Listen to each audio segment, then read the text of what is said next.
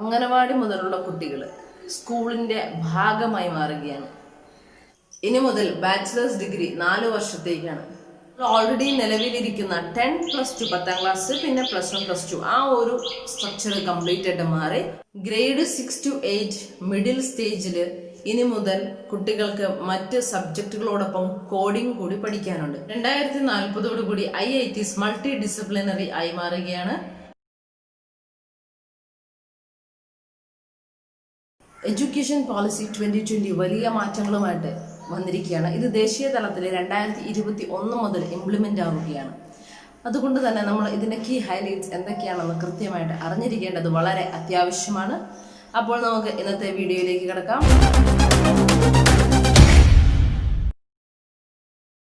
Welcome to gloss channel. ഒരു ആനയും ഒരു കുരങ്ങനും വ്യത്യസ്ത കഴിവുള്ളവരാണെങ്കിലും ഒരേ ഓട്ട മത്സരത്തിൽ അവരെ പങ്കെടുപ്പിച്ച് അതിലെ വിജയാണ് ഏറ്റവും കഴിവുറ്റവൻ എന്ന് പറയുന്ന ഒരു വിദ്യാഭ്യാസ രീതിയാണ് ഇത്രയും നാളെ ഇന്ത്യയിൽ നമ്മൾ ഫോളോ ചെയ്തു വന്നത്. സോ ICSE CBSE സ്റ്റേറ്റ് ഇങ്ങനെ ബോർഡുകളുടെ യാതൊരു വ്യത്യാസങ്ങളും ഇല്ലാതെ എല്ലാവർക്കും ഒരേ രീതിയിൽ തങ്ങളുടെ കഴിവിനനുസൃതമായ ഒരു വിദ്യാഭ്യാസ രീതി ന്യൂ എഡ്യൂക്കേഷൻ പോളിസി 2020 കൊണ്ടുവരികയാണ്. സോ അതിന്റെ കീ ഹൈലൈറ്റ്സ് എന്തൊക്കെയാണ് എന്നുള്ളത് ഞാൻ ചെറിയൊരു നോട്ട് പ്രിപ്പയർ ചെയ്തിട്ടുണ്ട്. സോ അതിന്റെ അടിസ്ഥാനത്തിൽ നിങ്ങൾക്ക് ഞാൻ ഇന്ന് ഈ വീഡിയോയിലൂടെ പറഞ്ഞു തരികയാണ്. എന്തെങ്കിലുമൊക്കെ ബാക്ക്ഗ്രൗണ്ട് നോയ്സ് വരും, so sorry for that.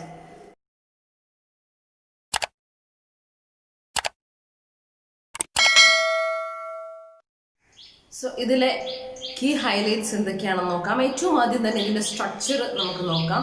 Structurally വരുന്ന ചേഞ്ച് എന്ന് പറയുന്നത് നമ്മൾ ഓൾറെഡി നിലവിലിരിക്കുന്ന 10+2 10ാം ക്ലാസ് പിന്നെ +1+2 ആ ഒരു സ്ട്രക്ചർ കംപ്ലീറ്റ് ആയിട്ട് മാറി ഇപ്പോൾ വന്നിരിക്കുന്ന സ്ട്രക്ചർ 5+3+3+4 എന്ന സ്ട്രക്ചറാണ്. അംഗനവാടി മുതലുള്ള കുട്ടികൾ സ്കൂളിന്റെ ഭാഗമായി മാറുകയാണ്.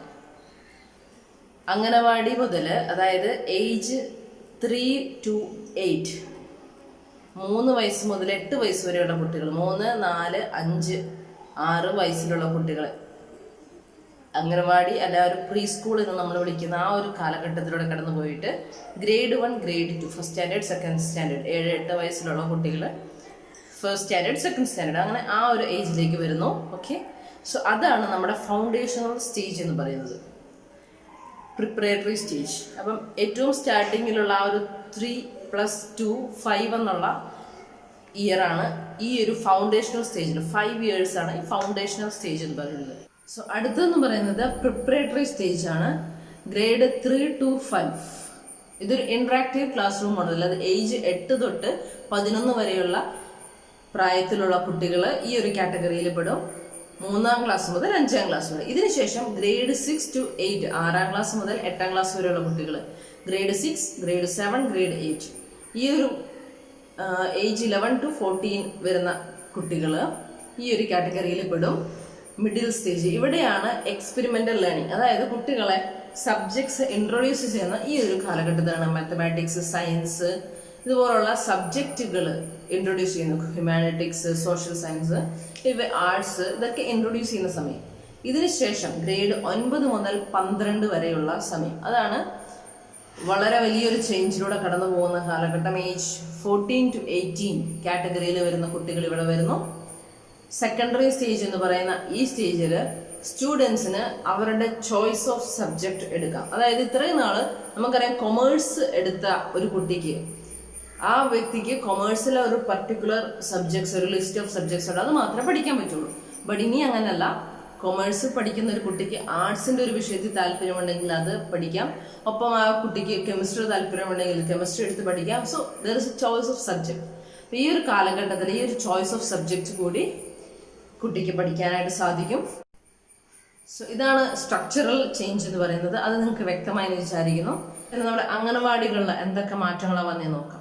അംഗനവാടികളിലെ ബിൽഡിങ്സ് ചൈൽഡ് ഫ്രണ്ട്ലി ആയിരിക്കണം, വെന്റിലേഷൻ ഉണ്ടാവണം, അങ്ങനെയുള്ള കുറെ കാര്യങ്ങൾ പറഞ്ഞിട്ടുണ്ട് ഈ ഒരു പോളിസിയിൽ. അതോടൊപ്പം അംഗനവാടികൾ ഇനി മുതൽ സ്കൂളിന്റെ ഭാഗമാവുകയാണ്. പ്രീ സ്കൂൾസ് സ്കൂളിന്റെ ഭാഗമാവുകയാണ്. അതുകൊണ്ട് തന്നെ ഒരു അംഗനവാടിയിൽ പഠിക്കുന്ന കുട്ടിയുടെ പേരൻസിനും അവിടെ പഠിപ്പിക്കുന്ന അധ്യാപകർക്കും സ്കൂളിൽ നടക്കുന്ന പ്രോഗ്രാമിൽ പങ്കെടുക്കാൻ സാധിക്കും. ഇനി ഒരു അംഗനവാടിയിൽ പഠിക്കുന്ന ടീച്ചർ ശ്രദ്ധിക്കേണ്ട ചില കാര്യങ്ങൾ. ടീച്ചർ എത്തരത്തിൽ ക്വാളിഫൈഡ് ആയിരിക്കണം. 10+2 ഓർ എബവ് ക്വാളിഫിക്കേഷൻ ഉള്ള ടീച്ചേഴ്സ് ആണെങ്കിൽ അവർ 6 months ഡ്യൂറേഷന്റെ early childhood care and education എന്ന ഒരു കോഴ്സ് കംപ്ലീറ്റ് ചെയ്യണം. അതല്ല അതിൽ താഴെ വിദ്യാഭ്യാസമുള്ളവരാണെങ്കിൽ ഇതേ കോഴ്സിന്റെ 1 year ഡിപ്ലോമ കംപ്ലീറ്റ് ചെയ്തിരിക്കണം. അടുത്ത ഒരു കാര്യം, നമ്മൾ മിഡ് ഡേ മീൽസിനെ പറ്റി, അതായത് ഉച്ചഭക്ഷണത്തെ പറ്റി എല്ലാവർക്കും അറിയാം. അത് അംഗനവാടി തൊട്ട് എല്ലാ സ്കൂളിലുള്ള എല്ലാ കുട്ടികൾക്കും കൊടുക്കും. അതോടൊപ്പം ചെറിയൊരു ബ്രേക്ക്ഫാസ്റ്റിന്റെ കാര്യം പറയുന്നുണ്ട്. അതായത് ചെറിയ ലോക്കൽ ഫ്രൂട്ട്സ് അങ്ങനെ എന്തെങ്കിലും. കാരണം ഹെൽത്തി ആയിട്ടുള്ള ഒരു ബ്രെയിൻ ആണ് നമ്മളെ കൂടുതലായിട്ട് കാര്യങ്ങൾ ഗ്രാസ്പ് ചെയ്യാൻ മോർണിംഗിൽ ഹെൽപ്പ് ചെയ്യുക. അതുകൊണ്ട് തന്നെ ഒരു ഷോർട്ട് ബ്രേക്ക്ഫാസ്റ്റ് നല്ലതാണ് എന്ന ഒരു ആശയം ഈ ഒരു പോളിസിയിലൂടെ പറയുന്നുണ്ട്. ഇനി കുട്ടികൾക്ക് വളരെ പ്രിയങ്കരമായ മറ്റൊരു കാര്യമാണ് 10 bagless days. ബാഗ് ഇല്ലാതെ സ്കൂളിൽ പോകുവാൻ 10 ദിവസം. അത് കുട്ടികൾക്ക് കൂടുതൽ താല്പര്യമായിരിക്കും. കാരണം ഈ ഒരു 10 ദിവസം ബാഗ് ഇല്ലാതെ സ്കൂളിൽ പോകുമ്പോൾ എല്ലാ വർഷവും ഉണ്ട് കേട്ടോ, every year 10 bagless days. So എല്ലാ വർഷവും ഈ 10 ദിവസം സ്കൂളിൽ പോകുമ്പോൾ കാർപ്പൻട്രി, മൊബൈൽ റിപ്പയറിംഗ്, ബിസിനസ്, ഇത്തരത്തിൽ ഇലക്ട്രിക്കൽ വർക്ക്സ്, ഇങ്ങനെയുള്ള പലതരത്തിലുള്ള വൊക്കേഷണൽ സ്കിൽസ് പഠിക്കുവാനുള്ള ഒരു അവസരമാണ് കുട്ടിക്ക് ലഭിക്കുന്നത്. അടുത്തത് സ്കൂൾ എക്സാംസ് 3 ലെവലിലാണ്. 3, 5, 8 എന്നിങ്ങനെ 3 ലെവലിലാണ് സ്കൂൾ എക്സാംസ് നടത്തുന്നത്. ഇത് കൂടാതെ ടീച്ചേഴ്സിന് അവരുടെ താല്പര്യം അനുസരിച്ച് യൂണിറ്റ് ടെസ്റ്റുകൾ പോലെ ചെറിയ എക്സാംസ് ഒക്കെ കണ്ടക്ട് ചെയ്യാൻ പറ്റും. പക്ഷെ ഈ 3 മെയിൻ എക്സാംസ് ആണ് ഈ ഇയേഴ്സിൽ നടക്കുക. ഗ്രേഡ് 3, ഗ്രേഡ് 5, ഗ്രേഡ് 8 ഈ 3 ക്ലാസ്സുകളിൽ നടക്കുക. അപ്പോൾ അതിന്റെ ഇംപ്രൂവ്മെന്റ് എക്സാംസ് താല്പര്യമുള്ളവർക്ക് ഇംപ്രൂവ്മെന്റ് അപ്ലൈ ചെയ്ത് എഴുതാൻ സാധിക്കും. അതുപോലെ തന്നെ നമ്മുടെ അസസ്മെന്റിലും വലിയൊരു മാറ്റം വരികയാണ്. ഇത്രയും നാൾ നമ്മൾ പുസ്തക പുഴുക്കൾ മാത്രം A+ നേടുന്ന ഒരു കാലഘട്ടമായിരുന്നു. അതിൽ നിന്നും വ്യത്യാസമായിട്ട് നിങ്ങൾക്ക് പാഠഭാഗത്തു നിന്നും അല്ലെ പഠിച്ച ആ ഒരു ഭാഗങ്ങളിൽ നിന്നും മനസ്സിലായത് എന്താണ് എന്ന് കോൺസെപ്ച്വൽ ക്ലാരിറ്റി, നിങ്ങളുടെ ഹൈ ഓർഡർ തിങ്കിങ്, അതുപോലെ തന്നെ ക്രിട്ടിക്കൽ തിങ്കിങ്, ഇതിൻ്റെയൊക്കെ ബേസിസിലുള്ള ഒരു എക്സാം, ഒരു അസസ്മെന്റ് ആയിരിക്കും ഇനി നടക്കാൻ പോകുന്നത്. ഇനി മറ്റൊരു കാര്യം, പ്യൂപ്പിൾ ടീച്ചർ റേഷ്യോ, അതായത് അധ്യാപകരും കുട്ടികളും തമ്മിലുള്ള റേഷ്യോ 25 കുട്ടികൾക്ക് ഒരു അധ്യാപകർ എന്ന നിലയിൽ റൂറൽ ഏരിയാസിൽ, വില്ലേജ് ഏരിയാസിലും, അതുപോലെ സാധാരണ മറ്റുള്ള സ്ഥലങ്ങളിലൊക്കെ 30:1 ജനറൽ ആയിട്ടുള്ള സ്ഥലങ്ങളിൽ 30 കുട്ടികൾക്ക് ഒരു അധ്യാപക എന്ന നിലയിലുമായിരിക്കും ഉണ്ടാവുക എന്ന് ഈ ഒരു പോളിസിയിൽ പറയുന്നുണ്ട്.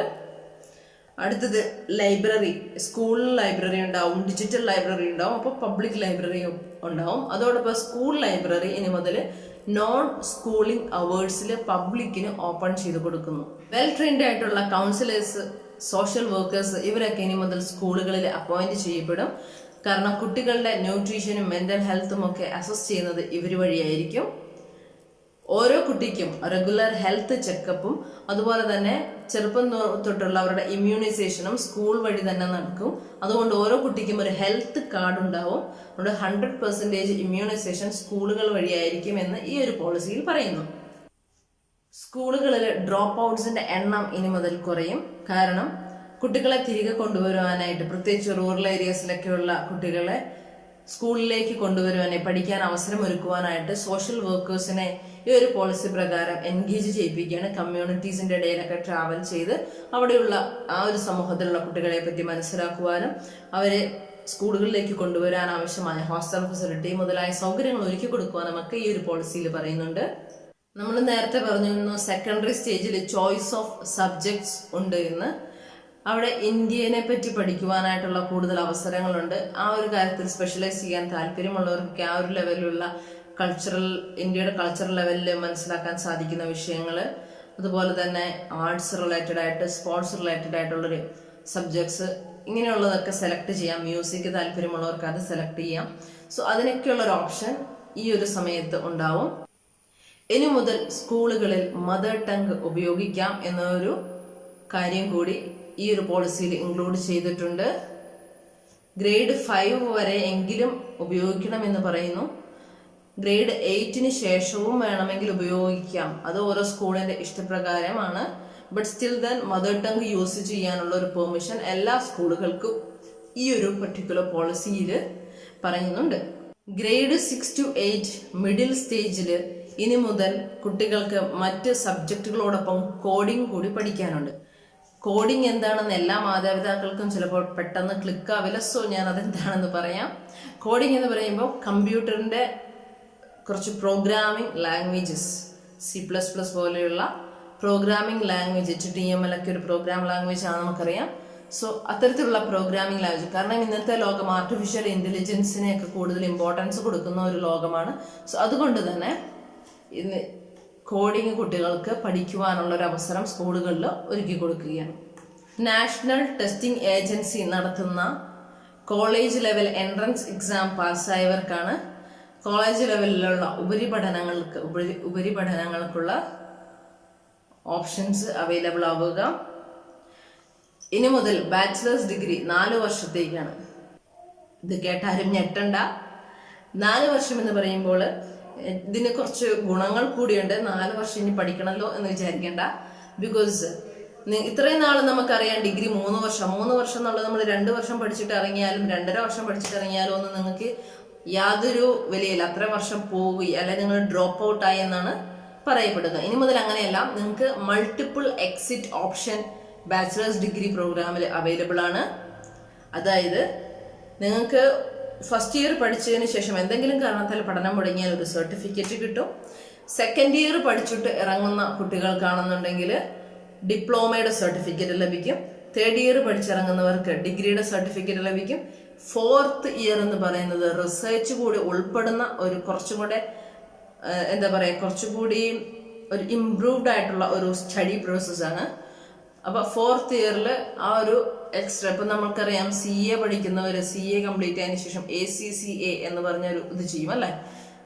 CAയുടെ തന്നെ ഒരു എക്സ്ട്രാ സ്റ്റെപ്പ് പോലെ എന്ന് പറഞ്ഞ പോലെയാണ് ബാച്ചിലേഴ്സ് ഡിഗ്രി കംപ്ലീറ്റ് ചെയ്തവർക്ക്. അതായത് നമ്മൾ 3 ഇയർ ഡിഗ്രിക്ക് ശേഷം ഒരു 1 ഇയർ വിത്ത് റിസർച്ച് ഒരു ഓപ്ഷൻ കൂടിയുണ്ട്. ഇനി ആർട്സ് സയൻസ് എന്ന സെപ്പറേഷൻ കോളേജുകളിൽ ഉണ്ടാവില്ല. 2040 IITs മൾട്ടി ഡിസിപ്ലിനറി ആയി മാറുകയാണ്. അതുകൊണ്ട് തന്നെ സയൻസ് സ്ട്രീമിൽ പഠിക്കുന്ന കുട്ടികൾക്ക് ആർട്സ് ഹ്യൂമാനിറ്റീസ് ഒക്കെ ചൂസ് ചെയ്യാനുള്ള ഒരു അവസരമുണ്ട്. ടോപ്പ് 100 ഫോറിൻ യൂണിവേഴ്സിറ്റീസ് ഇന്ത്യയിലേക്ക് വെൽക്കം ചെയ്തിരിക്കുകയാണ് ഈ ഒരു പോളിസി വഴിയായിട്ട്. അതുകൊണ്ട് തന്നെ നമ്മുടെ എഡ്യൂക്കേഷന്റെ സ്റ്റാൻഡേർഡ് കുറേ കൂടി ഉയരും. 15 വർഷത്തിനുള്ളിൽ എല്ലാ കോളേജസും ഓട്ടോണോമസ് ആവുകയാണ്. ഇനി മുതൽ ഡീംഡ് യൂണിവേഴ്സിറ്റി എന്നൊന്നും ഉണ്ടാവില്ല. അഫിലിയേറ്റഡ് കോളേജസ് ഉണ്ടാവില്ല. ഉപരി പഠനങ്ങൾക്ക് വേണ്ടിയിട്ട് ഇനി 3 ബോർഡുകളാണ് പ്രധാനമായിട്ടുണ്ടാവുക. യൂണിവേഴ്സിറ്റീസ്, ഓട്ടോണോമസ് കോളേജ്, പിന്നെ ഹയർ എഡ്യൂക്കേഷൻ ഇൻസ്റ്റിറ്റ്യൂട്ട്. ഇത്തരത്തിൽ 3 ബോർഡുകളായിരിക്കും ഉപരിപഠനവുമായി ബന്ധപ്പെട്ട് ഉണ്ടാവുക. കോളേജ് വിദ്യാഭ്യാസവുമായി ബന്ധപ്പെട്ട മറ്റൊരു പ്രധാനപ്പെട്ട കാര്യം, ഇത് ക്രെഡിറ്റ് ബേസ്ഡ് സിസ്റ്റത്തിലേക്ക് നമ്മുടെ എഡ്യൂക്കേഷൻ മാറിക്കഴിഞ്ഞു. അതുകൊണ്ട് തന്നെ എബ്രോഡ് പഠിക്കുന്ന ഒരു കുട്ടിക്ക് അവിടെ പഠിച്ചതിന്റെ ക്രെഡിറ്റ്സ് ട്രാൻസ്ഫർ ചെയ്യുവാനൊക്കെ ഉള്ള ഒരു അവസരമുണ്ട്. 3 വർഷത്തെ ഡിഗ്രി കംപ്ലീറ്റ് ചെയ്തവർക്ക് 2 വർഷത്തെ മാസ്റ്റേഴ്സ് പ്രോഗ്രാം അവൈലബിൾ ആവും. അതുപോലെ 4 വർഷത്തെ അണ്ടർ ഗ്രാജുവേഷൻ UG കഴിഞ്ഞവർക്ക് 1 ഇയറിന്റെ മാസ്റ്റർ പ്രോഗ്രാം. ഇനി ഇതൊന്നും ചെയ്യാത്തവർക്ക് 5 ഇയർ ഇന്റഗ്രേറ്റഡ് ആയിട്ടുള്ള പ്രോഗ്രാമും അവൈലബിൾ ആണ്. ഇത് ഹയർ എഡ്യൂക്കേഷൻ ഇൻസ്റ്റിറ്റ്യൂട്ട്സ് വഴിയാണ് ചെയ്യുക. PhD ചെയ്യണമെന്നുണ്ടെങ്കിൽ ഏതെങ്കിലും ഒരു സ്പെഷ്യൽ സബ്ജക്റ്റിൽ മാസ്റ്റർ ഡിഗ്രിയോ അല്ലെങ്കിൽ 4 ഇയർ ബാച്ചിലേഴ്സ് ഡിഗ്രി വിത്ത് റിസർച്ചോ ഉണ്ടായിരിക്കണം. ഇനി മുതൽ MPhil ഉണ്ടാവുകയില്ല. ഹയർ എഡ്യൂക്കേഷൻ ഇൻസ്റ്റിറ്റ്യൂട്ട്സിന് റിസർച്ചിന്റെ ഓപ്ഷൻസ് കുറേ കൂടി വിപുലമാക്കി കൊടുത്തിരിക്കുകയാണ്. വൈറോളജി, എപ്പിഡോമോളജി, വാക്സിനോളജി തുടങ്ങിയ വിവിധ വിഷയങ്ങളിൽ റിസർച്ച് അവർക്ക് ഏർപ്പെടുത്താവുന്നതാണ്.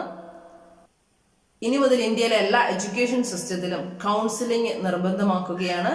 അതുവഴി കുട്ടികൾക്കുണ്ടാവുന്ന സ്ട്രെസ് ഹാൻഡിൽ ചെയ്യുവാനും അവരുടെ ഇമോഷണൽ അഡ്ജസ്റ്റ്മെന്റ്സിനും ഇത് സഹായകരമാകുന്നു എന്നാണ് ഈ പോളിസി വഴി വ്യക്തമാക്കുന്നത്. 2013 നിലവിൽ വന്ന BVOC ഡിഗ്രീസ് തുടരും.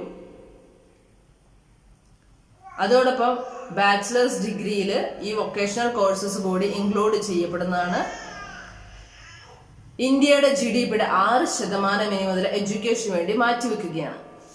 ഇന്ത്യൻ സൈൻ ലാംഗ്വേജസിന് സ്റ്റാൻഡേർഡൈസ്ഡ് ആയിട്ടുള്ള ഒരു norms through out the country implement ചെയ്യാമെന്ന് ഈ ഒരു പോളിസിയിൽ പറയുന്നുണ്ട്. സെക്കൻഡറി ലെവലിൽ പഠിക്കുന്ന കുട്ടികൾക്ക് തീർച്ചയായിട്ടും foreign language, Korean, Japanese, French മുതലായ ഫോറിൻ ലാംഗ്വേജസ് പഠിക്കുവാനൊക്കെയുള്ള ഒരു ഓപ്ഷൻ കൂടി അവൈലബിൾ ആണ്. പ്രോഗ്രസ് കാർഡിന്റെ ആ ഒരു രീതി മാറുകയാണ്. അതായത് ടീച്ചേഴ്സ് മാത്രം മാർക്കിടുന്ന ആ ഒരു രീതി മാറിയിട്ട് അതിൽ സെൽഫ് അസസ്മെന്റ് എന്നൊരു കോളം ഉണ്ടാവും. അവിടെ കുട്ടികൾക്ക് സ്വയം അസസ് ചെയ്യാൻ പറ്റും അവരുടെ ഓരോ വിഷയത്തിലുമുള്ള പ്രാവീണ്യത്തെ പറ്റി. അതോടൊപ്പം സഹപാഠികളുടെ പിയേഴ്സിന്റെ ഒരു അസസ്മെന്റ് കൂടി ഉണ്ടാവും. വിദ്യാഭ്യാസ രംഗത്ത് വലിയ മാറ്റങ്ങൾ വരുമ്പോൾ അധ്യാപകർ വെൽ എക്വിപ്ഡ് ആയിരിക്കണം, വെൽ ട്രെയിൻഡ് ആയിരിക്കണം.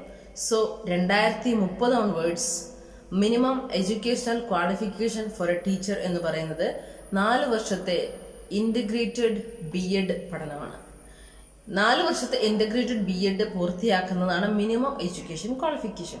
അതേസമയം റിക്രൂട്ടിന്റെ സമയത്ത് ടെറ്റിന്റെ അതുപോലെ തന്നെ നാഷണൽ ടെസ്റ്റിംഗ് ഏജൻസിയുടെയും ഒക്കെ ടെസ്റ്റിംഗ് സ്കോർസിന്റെ വാല്യൂ കോഡ് നോക്കും റിക്രൂട്ട്മെന്റിന്റെ പ്രൊസീജിയേഴ്സിൽ. സോ അതൊക്കെ നിലവിലുണ്ടാവും. അസസ്മെന്റ് മെത്തേഡ് മേ ബി മാറുമായിരിക്കാം. 3 ഇയേഴ്സിന്റെ ഡിഗ്രി സർട്ടിഫിക്കറ്റ് ഉള്ള ഒരു വ്യക്തിക്ക് 2 ഇയേഴ്സ് BEd കോഴ്സ് ചെയ്യണം. അതേസമയം ബാച്ചിലേഴ്സ് ഡിഗ്രി 4 ഇയേഴ്സിന്റെ വിത്ത് റിസർച്ച് ഉള്ള ആ ഒരു ബാച്ചിലേഴ്സ് ഡിഗ്രി 4 ഇയേഴ്സിന്റെ കംപ്ലീറ്റ് ചെയ്യുന്ന ഒരു വ്യക്തിക്ക് 1 ഇയർ BEd കംപ്ലീറ്റ് ചെയ്യണം. അതാണ് criteria. Continuous professional development CPD എല്ലാ അധ്യാപകരും എല്ലാ വർഷവും മിനിമം 50 മണിക്കൂറെങ്കിലും കംപ്ലീറ്റ് ചെയ്തിരിക്കണം എന്ന് ഈ ഒരു പോളിസിയിൽ പറയുന്നുണ്ട്. അതിന്റെ ബേസിസിലും അതുപോലെ തന്നെ മെറിറ്റ് ബേസ്ഡ് ആയിട്ടുള്ള ചില അസസ്മെന്റിന്റെ ബേസിലുമായിരിക്കും ഓരോ ടീച്ചേഴ്സിനെയും ഔട്ട്സ്റ്റാൻഡിംഗ് ടീച്ചേഴ്സിനെയും ഒക്കെ കണ്ടെത്തുന്നത്. അതുവഴി കണ്ടെത്തുന്ന ഔട്ട്സ്റ്റാൻഡിംഗ് ടീച്ചേഴ്സിന് ഇൻസെന്റീവ്സും സാലറി റൈസും ഒക്കെ പ്രൊവൈഡ് ചെയ്യപ്പെടും. Local arts, music, business, agriculture, sports, vocational craft ഇവയൊക്കെ പഠിപ്പിക്കുവാനായിട്ട് ലോക്കൽ ടീച്ചേഴ്സിനെ ഹയർ ചെയ്യും.